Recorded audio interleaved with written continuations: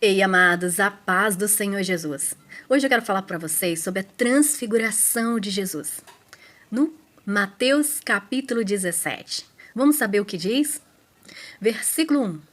6 dias depois, tomou Jesus consigo Pedro e a Tiago e a João, seu irmão, e os conduziu em particular a um alto monte.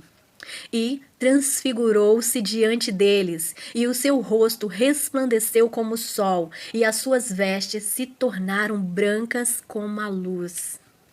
Olha só, Jesus se transfigurou na frente desses 3 apóstolos. Presta bastante atenção como Jesus ficou e transfigurou-se diante deles, e o seu rosto resplandeceu como o sol, e as suas vestes se tornaram brancas como a luz. Preste bastante atenção o quanto ficou radiante Jesus na presença de Pedro, Tiago e João. Versículo 3. E eis que lhes apareceram Moisés e Elias, falando com ele. Lembra-se que Moisés, quem foi Moisés? Moisés, ele dormiu, deitou e dormiu, porque era hora de entrar aí na Terra Prometida, e ele não ia entrar, então chegou ali o tempo dele, então ele adormeceu ali, ele deitou e adormeceu. E depois Satanás queria brigar, querer o corpo de Moisés, achando que Moisés... Já tá eu aqui saindo, né, do foco, porque quando eu falo da pessoa, eu já lembro logo que eu tenho um dia interessante dessa pessoa. E Moisés foi uma parte importante, né? E é uma passagem muito boa. Então Moisés, ele tem algo muito importante com Deus. Elias, nem se fala, Elias foi arrebatado por Deus, também não chegou a ver a morte, ele foi arrebatado.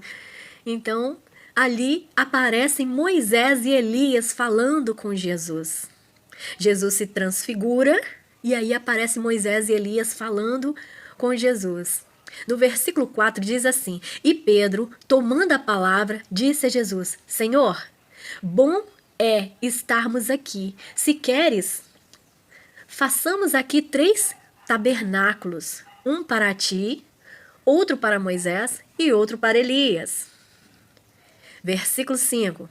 E, estando ele ainda a falar, eis que uma nuvem luminosa os cobriu, e da nuvem saiu uma voz que dizia: Este é o meu filho amado, em quem me comprazo, escutai-o. Amados, pensa nisso. Pensa no Deus Pai Todo-Poderoso, quando Pedro falava para Jesus: Jesus, se você quiser, eu vou fazer uma tenda aqui, tanto para Moisés, para Isaías, para o Senhor. E aí essa nuvem aparece, com a voz de Deus dizendo: Esse é o meu filho muito amado, escuta ele. Não gasta o tempo fazendo o templo para um para outro, apenas aproveite o momento que está com Jesus e escuta Jesus. Aproveita seu tempo. O que essas palavras querem dizer hoje para nós? Aproveita o tempo que a gente ainda está aqui na Terra. Vamos escutar Jesus e vamos viver o máximo que a gente pode, feliz e alegre. É isso que nós temos que fazer. Eu sei que é triste. Eu sei que é triste todas essas coisas ruins que muitas pessoas passam. Mas será que em algum momento da vida delas, elas procurarem entender qual é o plano do Senhor na vida delas? Será que a geração foi deixando de adorar Deus para adorar deuses e se perderam pelo caminho? O tempo do despertamento. Ainda há tempo de despertar e falar: olha, Deus estava comigo até agora, só eu que não sabia. E agora eu começar uma vida com Deus. É uma chance única que Deus dá para nós. Porque muitos não tiveram a oportunidade, já nasceram com a tribulação, já cresceram com essa tribulação, não teve tempo para pensar em Deus, não teve ninguém para falar de Deus, pai e mãe sufocaram mais ainda, e essa criança foi para o sistema do mundo, e aquilo virou aquilo, e aquilo transformou essa pessoa, porque ela não conheceu nada mais além daquilo. É triste demais. Eu peço a Deus a misericórdia sobre toda a humanidade, que elas tenham a oportunidade de conhecer Deus. Versículo 5. E estando ele ainda a falar, eis que uma nuvem luminosa os cobriu, e da nuvem saiu uma voz que dizia: Este é o meu amado filho, em quem me comprazo, escutai-o. E os discípulos, ouvindo isso, caíram sobre os seus rostos e tiveram grande medo.